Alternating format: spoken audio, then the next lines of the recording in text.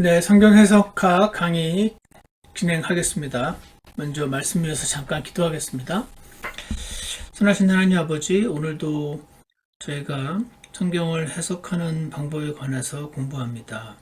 이 시간 성령 하나님 온전히 주관해 주시고 낮에 일하고 또 저녁 때 수업 듣느라 피곤한 모든 우리 신학생 모두를 주님께서 붙잡아 주시고 하나님 말씀 공부하는 것에서 나오는 기쁨과 새로움 가운데 이들의 영을 새롭게 해주시고 주님의 은혜로 적셔주시기를 간절히 원합니다.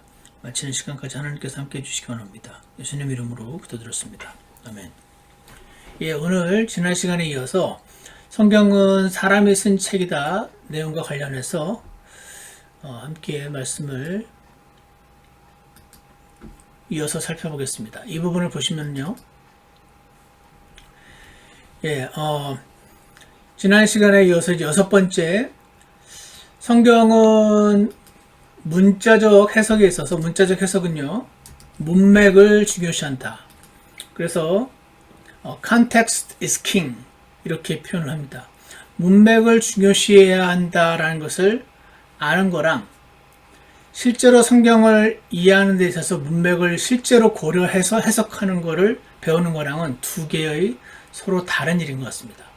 문맥을 봐야 돼 라고 말은 하지만 실제적으로 많은 경우 우리의 성경 해석이 문맥을 고려하지 않고 단어와 단어를 연결해서 성경을 성경으로 연결해서 해석하는 경우가 훨씬 더 많기 때문에 이 시간은 문맥을 중요시하는 것을 실제로 배우는 시간도 다음 시간부터 한번 이어지게 될 것입니다.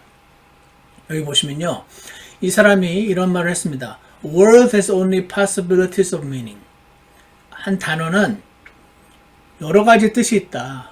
이 뜻이 될 수도 있고 저 뜻이 될 수도 있고 저 뜻이 될 수도 있고 이렇게 possibilities of meaning, 의미의 가능성들이 있을 뿐이고 but context determines. 이 문맥에서 이 단어의 여러 단어 뜻 중에 바로 이 단어가 이 문맥에서는 이 단어는 이 뜻이네. 이렇게 컨텍스트가 결정한다는 뜻입니다. 이것과 자세한 여기 보시면은 영어 단어 트렁크라는 게 있어요. 트렁크라는 단어의 뜻이 이 나무의 기둥 부분, 가지 말고 기둥 부분도 트렁크라고 부르고요. 코끼리의 코도 트렁크라고 부릅니다. 그리고 이런 상자, 여행용 가방도 트렁크라고 부르잖아요. 보통은 large box with a hinged lid, 이렇게 힌지가 되어 있는 뚜껑이 있는 상자를 트렁크라고도 부르고, 그리고 차의 트렁크도 트렁크라고 부릅니다. 이렇게 트렁크라는 단어는 only as possibilities of 이 뜻일 수도 있고 이 뜻일 수도 있고 이 뜻일 가능성도 있고 이 뜻일 가능성도 있죠. 문맥에서 어떤 트렁크인지를 결정한다 하는 것입니다. 그래서 이것과 관련돼서는 제가 2월 26일자 설교에서 저희 교회 설교에서 꽤 자세하게 다뤘기 때문에 이 부분을 참조를 하시면 좋을 것 같습니다. 그래서 구원이란 단어도 여러 뜻이 있는데 이 문맥에서는 어떤 뜻인지를 문맥으로 판단하는 것이다와 관련된 설교를 참조하셔서 들어보시고, 그래서 문맥 안에서 이해한다는 것이 그런 것이구나 라는 것을 꼭 한번 배우셨으면, 이해하셨으면 좋겠습니다. 그리고 오늘 일곱 번째, 문자적 해석은요, 해석이 있고 적용이 있다. 해석과 적용을 섞지 않는다. 지난 시간에도 보았던 것처럼 해석은 뭡니까?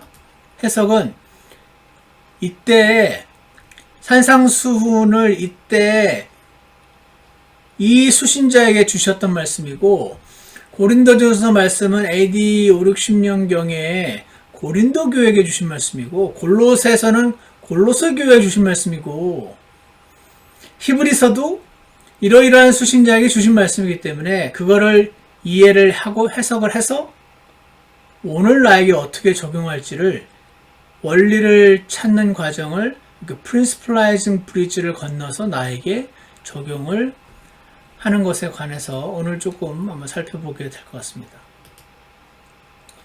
자, 그래서요, 해석과 적용을 구분한다 하는 것에 관해서 한번 살펴보겠습니다. 다 같이 출애굽기 23장 19절을 한번 보시면은요. 출애굽기 23장 19절에 잠시만요.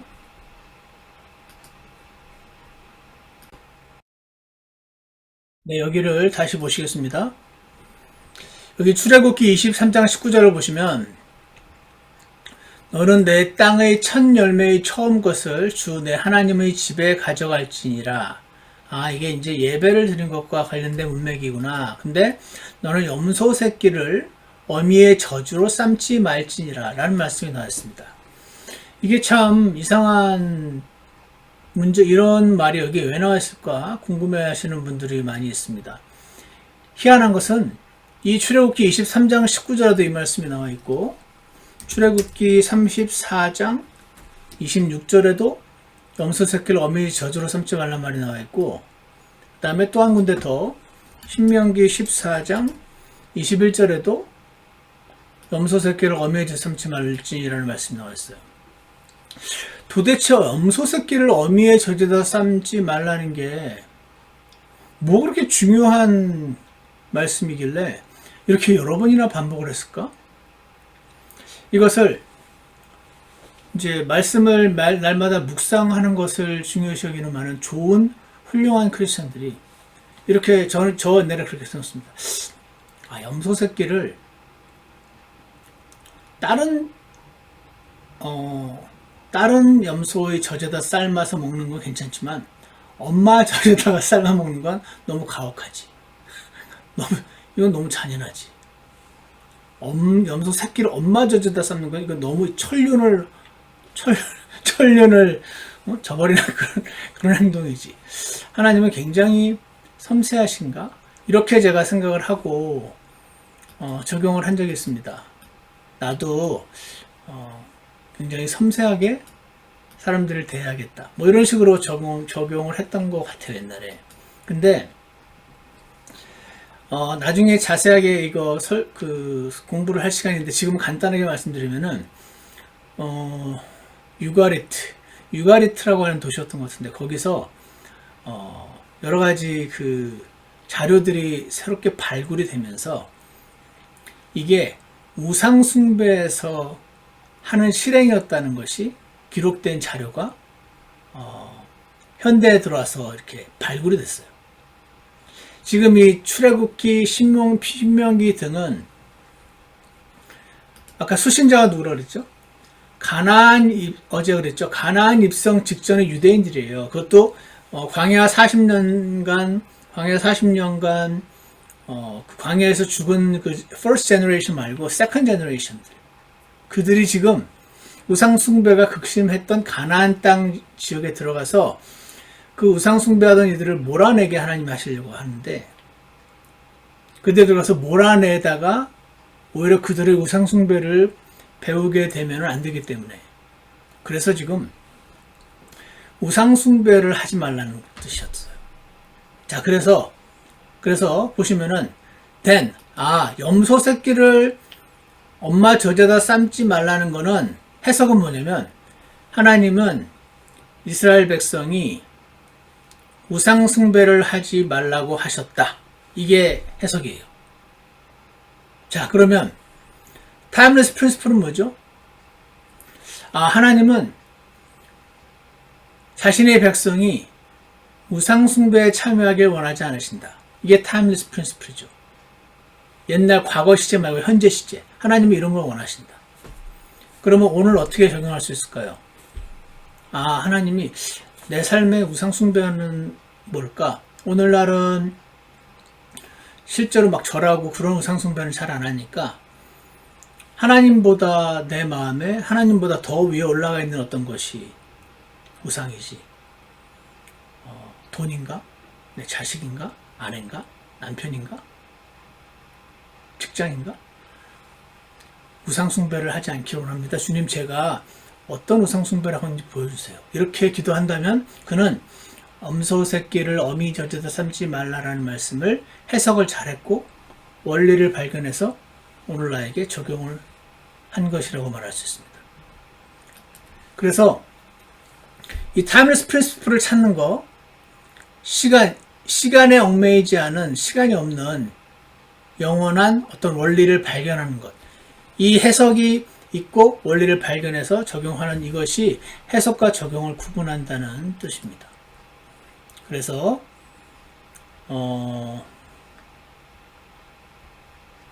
이런 거 여러 가지가 있는데 여기를 한번 보겠습니다. 다리를 건너, 좀 전에 이 다리 있죠, 이 다리를 건너와야 제대로 적용이 가능한 경우들이 있어요. 좀 전에 어미 젖에다가 새끼를 삼지 말라는 그 말씀은 이거였죠. 그때 그 상황에 스페시픽한 명령이었어요. 이거를 오늘날의 일반적인 것으로 적용을 해오려면 그때의 상황을 정확히 이해를 해야겠죠. 그래서 출애굽기 23장 19절에서 첫 열매를 가져오라는 것을 볼 때 이것은 희생제물을 하나님께 드리는 경배와 관련된 문맥이구나. 그러니까 경배와 관련해서 우상숭배의 경배를 하면 안 된다라는 말씀이구나 하는 걸 알 수가 있죠. 그래서 어미의 자자원수 삼지 말라는 경고는 우상숭배에 대한 내용이었다 하는 그런 것이고요. 그래서 우리가 주의해야 될 거는 성경의 모든 말씀은 나에게 적용이 가능합니다. 그런데 그냥 끌어와서 적용을 하면 안 된다.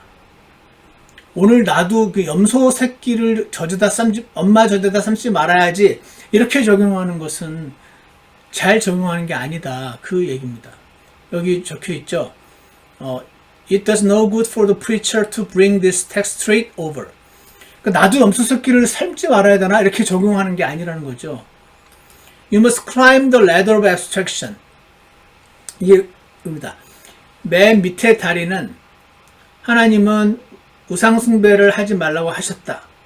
그 다음 단계는 더 약간 추상적인, 더 시간에 구애받지 않는 일반적인 원리를 찾는 거예요. 하나님은 출애굽한 이스라엘 백성들에게 우상숭배를 금하셨다 라는 것이 해석이라면 다리를 계단이 있으면은 사다리를 밟고 올라가는 거예요. 더 일반적인 원리는 뭐지? 하고 올라가면은 일반적인 원리는 우상숭배를 하지 말기를 원하신다. 자신의 백성이.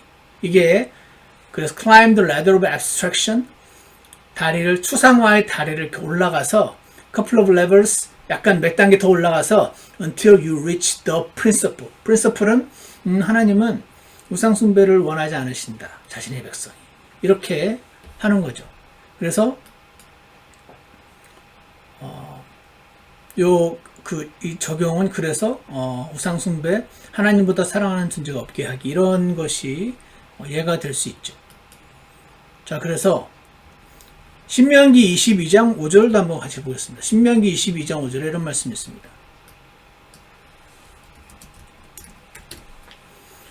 신명기 22장 5절에 이런 말이 있어요.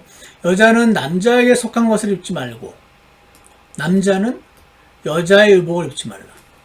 그렇게 하는 자들은 모두 하나님께 가증한 자라, 이런 말씀이 있어요. 자, 근데 여자는 남자에게 속한 것을 입지 말라는 말씀, 오늘 내가 오늘 읽어야 되는 말씀에서 묵상하기 위해서 읽었다고 쳐봐요. 그럼 여자는 남자에게 속한 게 뭐야? 바지네.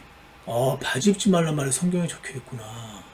남자는 여자 의복을 입지, 나는 치마 안 입는데 스코틀랜드에서는 입는다던데 그거 다 잘못된 건가? 이렇게 생각을 하고 어떤 자매님이 성경에 써있네. 치마 입지 말라고. 바지 입지 말고 여자가. 나는 오늘부터 바지 입지 말아야지라고 생각하신다면 저는 그분은 굉장히 훌륭한 분이라고 생각합니다. 잘 몰랐을 뿐, 하나님 말씀을 진짜로 오늘 나에게 주시는 말씀으로 적용하려고 한 분이니까 훌륭한 분 아닌가요? 훌륭한 분이잖아요. 무시하는 사람보다 훨씬 훌륭한 분이라고 생각합니다. 자, 그런데 이거에 뭐였냐면은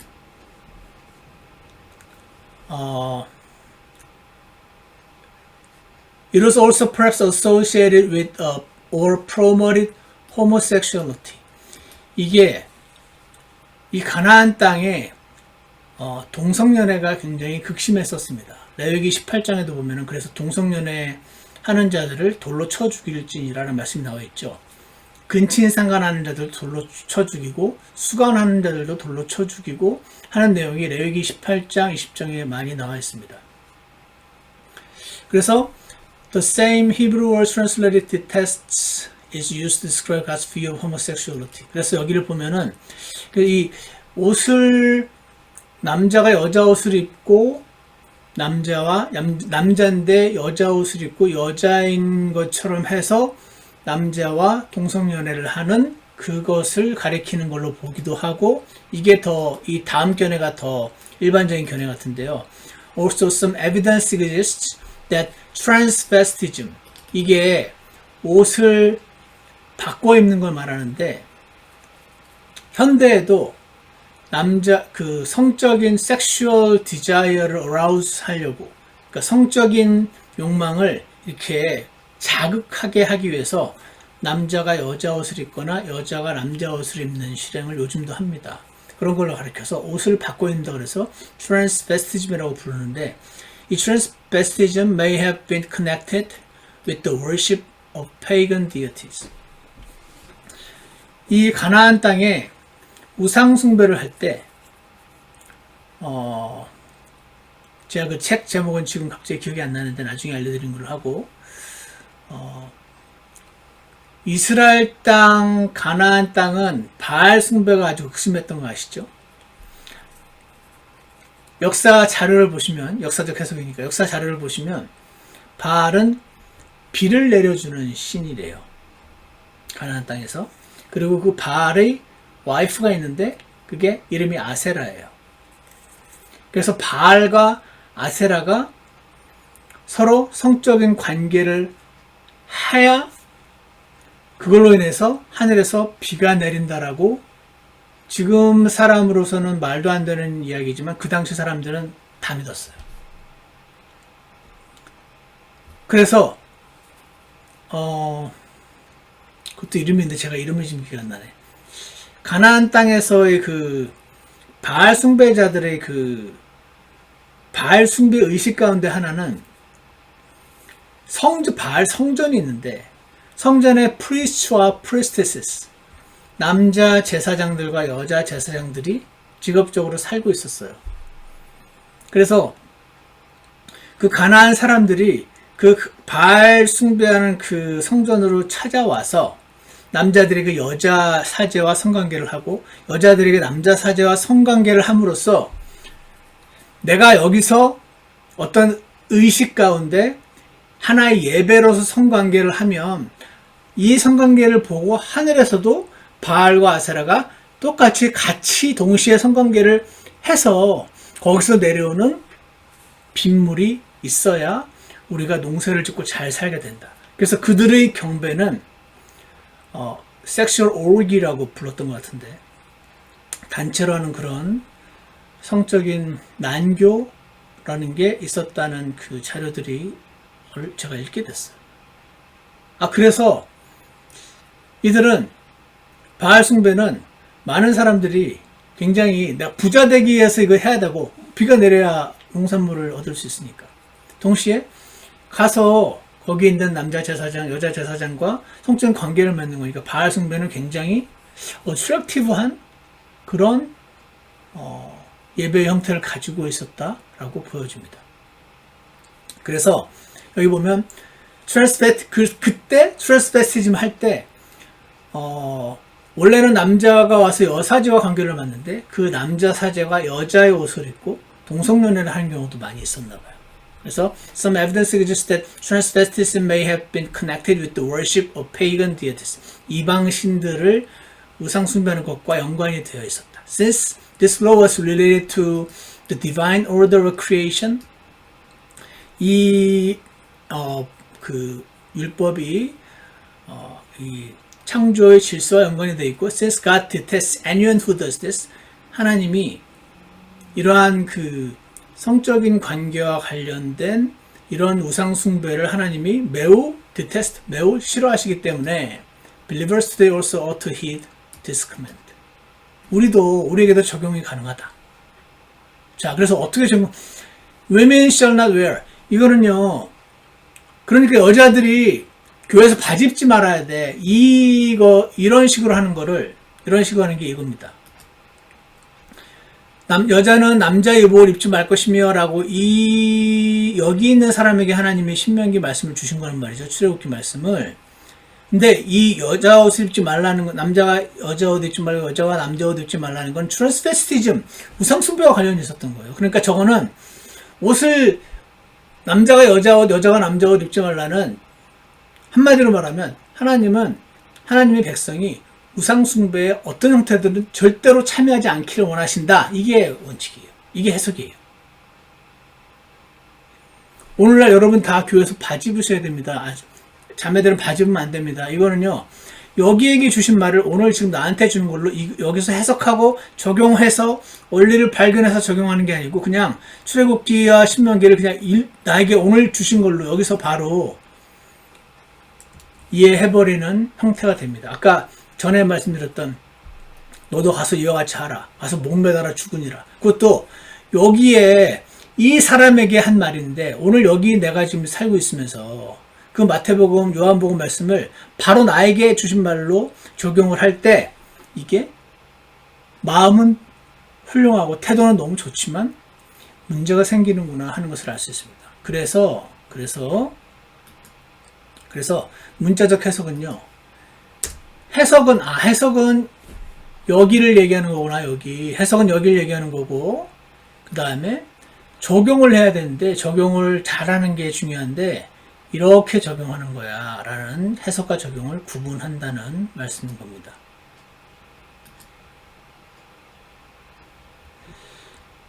오케이. 그래서 잠시만요.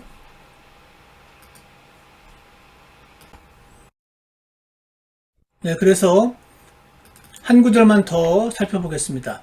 여기 보시면 신명기 22장 11절에 이런 말씀이 있습니다. 너는 양털과 아마로 섞어 짠 것 같이 여러 가지를 섞어 짠 옷을 입지 말라. 이런 말씀이 있습니다.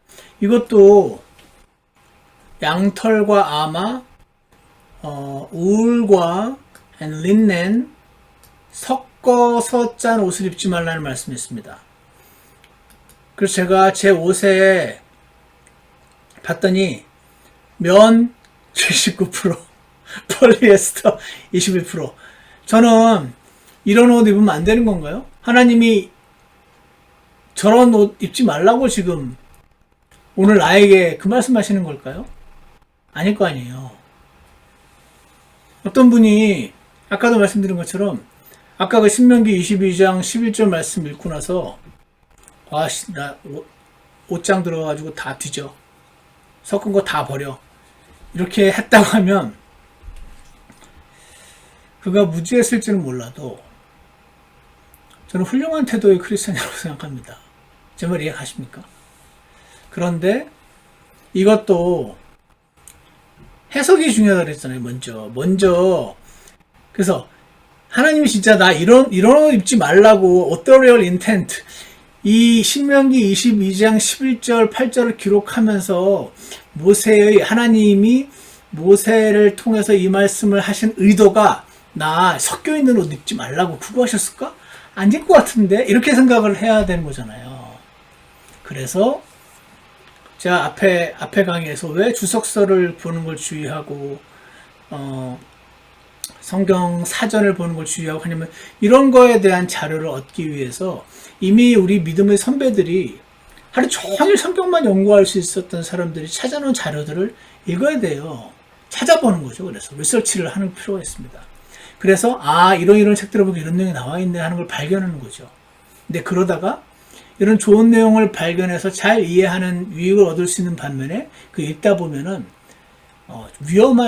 위험한 잘못된 믿음을 갖게 될 소지도 있으니까 제가 어떤 면을 주의해야 되는지를 한참 설명을 드렸던 거고요. 앞에 강의에서. 지금은 이것도 마찬가지로 이 양털과 아마를 섞어 짠 옷을 입고 뭔가 우상숭배에 참여했던 걸로 주석서에 나와 있더라고요. 그래서 이게 뭐냐, 해석과 적용을 구분한다는 건 이런 뜻이구나. 그래서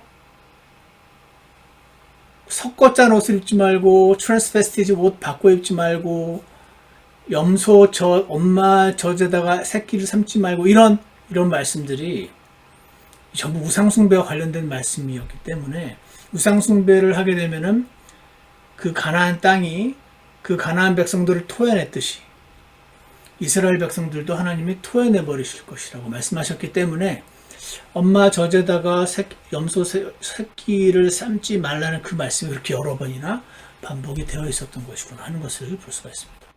그래서 여러 번 말씀드린 것처럼 합당한 적용은 합당한 해석으로부터 나온다 하는 것, 그래서 이렇게 지금 제가 강조를 하면서 말씀을 드리고 있고요. 그래서 지난 시간에 제가 언급만 하고 넘어갔던 부분을 조금 살펴보는 시간을 마무리를 하면서 좀 가지려고 해요. 지난번 성경은 사람의 쓴 책이다 해가지고 우리가 여기서부터 봤죠. 그래서 풍류적 해석과 반대 개념이라고 했잖아요. 이 부분을 함께 좀 살펴보겠습니다. 여기 제가 전부 이 프레드릭 파라레라는 사람이 History of Interpretation 책에 있는데, 여기 이 사람이 굉장히 설명을 쉽게 잘 해놨더라고요. 그래서 여러분, 내가 오리겐의 풍류적 해석법 말만 들었었는데 실제로 어떻게 했었는지, 필로라고 하는 사람은 이집트 알렉산드리아에 살았던 사람인데, 그 사람이 이제 유대인 풍류적 해석의 아주 아버지로 불리는 사람인데, 그 사람은 어떻게 했는지 이런 것들을 제가 자료를 찾아놨었는데, 오늘은 오리겐이 한 거 몇 것만 잠깐 보겠습니다. 여기 보시면요, When we are told that Rebecca comes to draw water at the well, 그 리브가가 그 우물에 와서 물을 기는 장면이 있죠. 그리고 and so meets the servant of Abraham. 아브라함의 종을 만나는 장면이 있지 않습니까? 리브가가 물을 기르러 와서 아브라함의 종을 만나는 장면, 그때 오리겐이 이렇게 해석을 합니다. Meaning is, according to 오리겐에 따르면, we must daily come to the wells of scripture. 진짜로 리브가가 물을 기르러 왔다는 얘기인데, 이거는 성경의 우물로 매일 기르러 와야 된다 라고 풍요적으로 이해한 거죠. 그럼 어떻게 돼? In order to meet, 뭐 하기 위해서? Meet with Christ. Servant of Abraham이 예수님을 상징하는 거다, 예표네, 이렇게 얘기를 하는 겁니다. 이게 뭡니까? 처음에 우리가 말했던 상식적으로 이해될 수 있는 구절은 그 상식적으로 이해될 수 있는 의미 이외의 것을 자꾸 찾으려고 하지 말라는 게 성경의 기본 원칙인데, 오리겐이 그 원칙을 어긴 대표적인 사람이었어요. 또 이런 것도 있더라고요. 요한복음 2장 6절에 보시면 그 가나의 혼인잔치에서 물 2-3통 담는 돌 항아리 6개라는 구절이 나옵니다. 돌 항아리가 하나가 있는데 물 2통 혹은 3통을 담을 정도의 크기였단 말이죠. 그런 항아리가 6개가 있었다. 이 사람이 뭐라고 얘기하냐면, Scripture sometimes contains 2 firkins. 어떤 물 2-3통 담는 돌 항아리는 성경인 거예요. 성경은 때로는 물 2통을 담는다. 즉 2통을 담는다는 것은 성경에는 도덕적인 의미와 문자적인 의미 2개가 있는 걸로 가리킨다.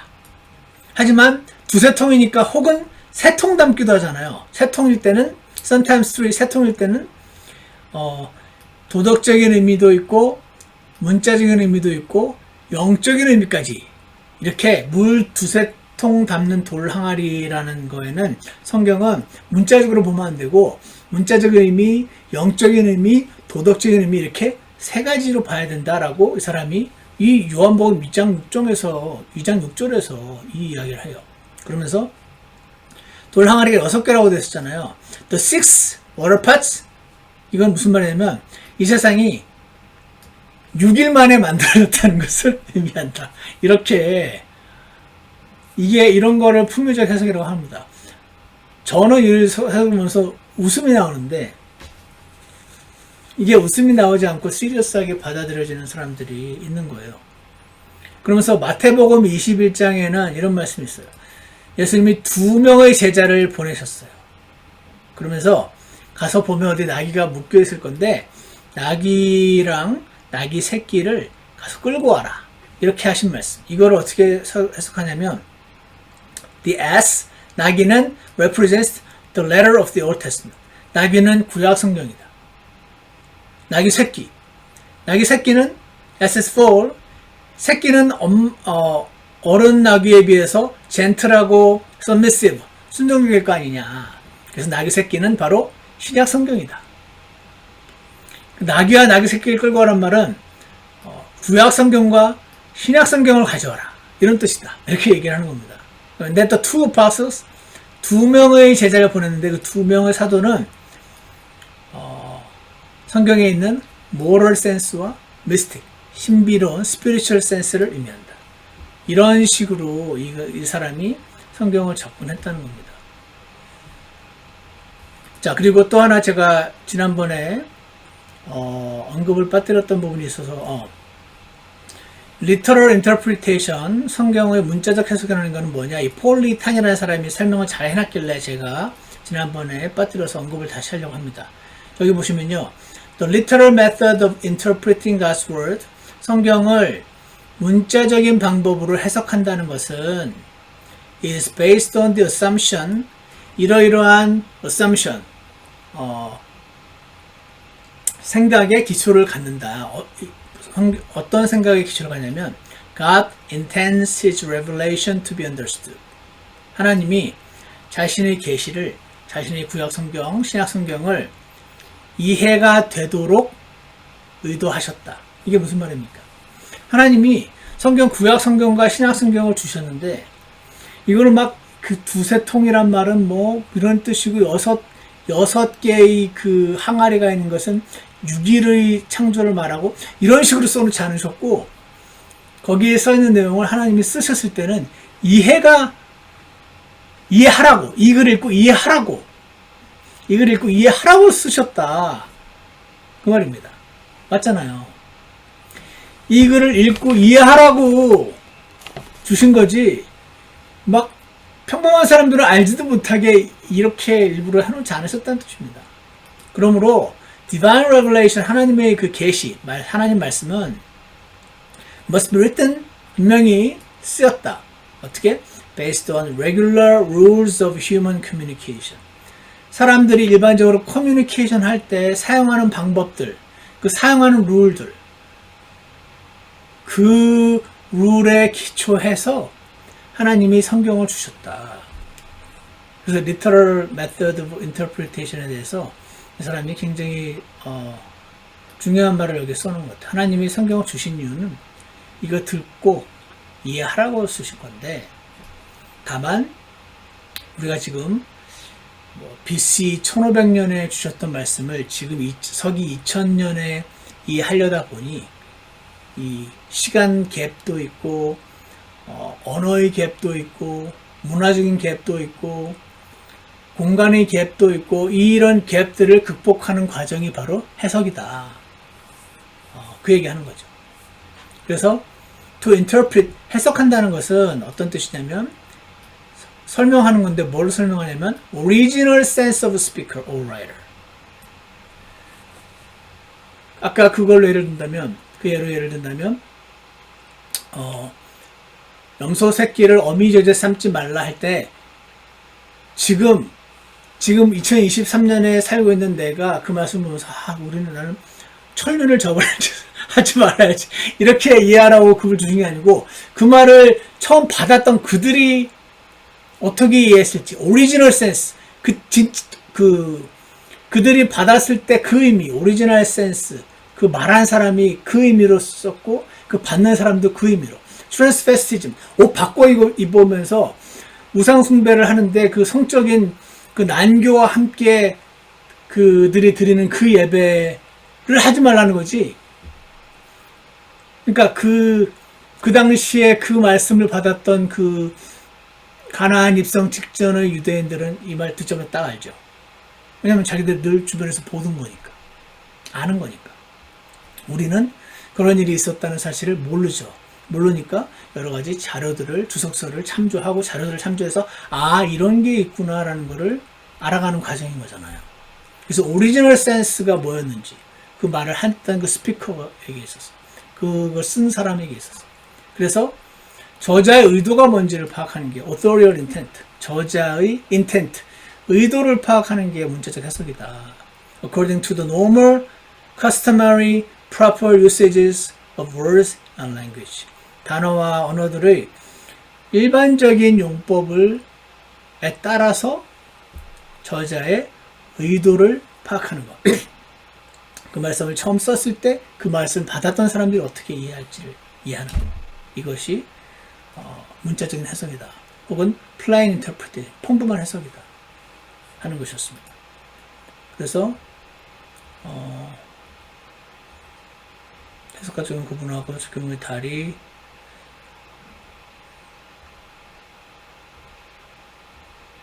네. 예, 그래서 오늘 공부는 조금 시간이 짧네요. 그래도 지난번에 이어서 계속해서 이 전체적인 큰 그림을 그리는 차원이었다라고 생각을 해주시기 바라고요. 그래서 앞으로 이어질 수업에서는 문법적 해석이라는 실제로 왜 굳이 문법적 해석이라고 하나, 어떤 문법을 살핀다는 얘기인가, 왜 역사적 해석이라고 하나, 어떤 역사, 오늘 우리들 역사를 조금 살펴봤지만 역사적 해석의 예와 그런 것들의 조금 더 살펴보는 시간을 갖게 될 것 같습니다. 오늘 공부는 여기서 마치겠습니다. 기도하겠습니다. 선하신 하나님 아버지 감사합니다. 성경 말씀이 오리겐 같은 사람도 성경의 영감을 믿었다고 합니다. 지금 저는 정말 놀랐습니다. 성경의 영감을 안 믿어서 그렇게 성경을 자기 마음대로 해석했다고 생각을 했는데 영감을 믿었답니다. 하나님이 영감으로 기록하신 성경이니까 한 단어 한 단어, 한 글자 한 글자, 한 실러블 자체에 정말 모든 거에 다 의미가 있다고 생각을 했다고 합니다. 그래서 성경의 영감을 믿지 않는 사람들이 많은 요즘 같은 시대에 어찌 보면 오리겐은 성경의 영감을 믿은 놀라운 사람이었던 것 같습니다. 근데 그가 했던 해석이 성경의 올바른 해석 방법이 아니라는 것은 자명한 사실인데, 그 말은 성경의 영감을 믿는 것 자체로는 부족하다는 것을 보게 됩니다. 성경을 올바로 해석하는 것은 성경의 영감을 당연히 믿어야 하지만 성경의 영감을 믿는 것만으로는 온갖 이상한 방식의 해석도 가능해진다는 것을 주님 기억하게 해주셔서 우리가 성경에 하나님의 말씀이면서 동시에 사람을 사용하셔서 사람이 이해할 수 있게 주신 말씀이라는 사실을 잘 기억하게 해주시고 성경을 해석하는 방법을 하나하나 잘 배워나갈 수 있도록 주께서 축복하여 주시옵소서. 예수님 이름으로 기도드렸습니다. 아멘. 네, 오늘 공부를 마치겠습니다.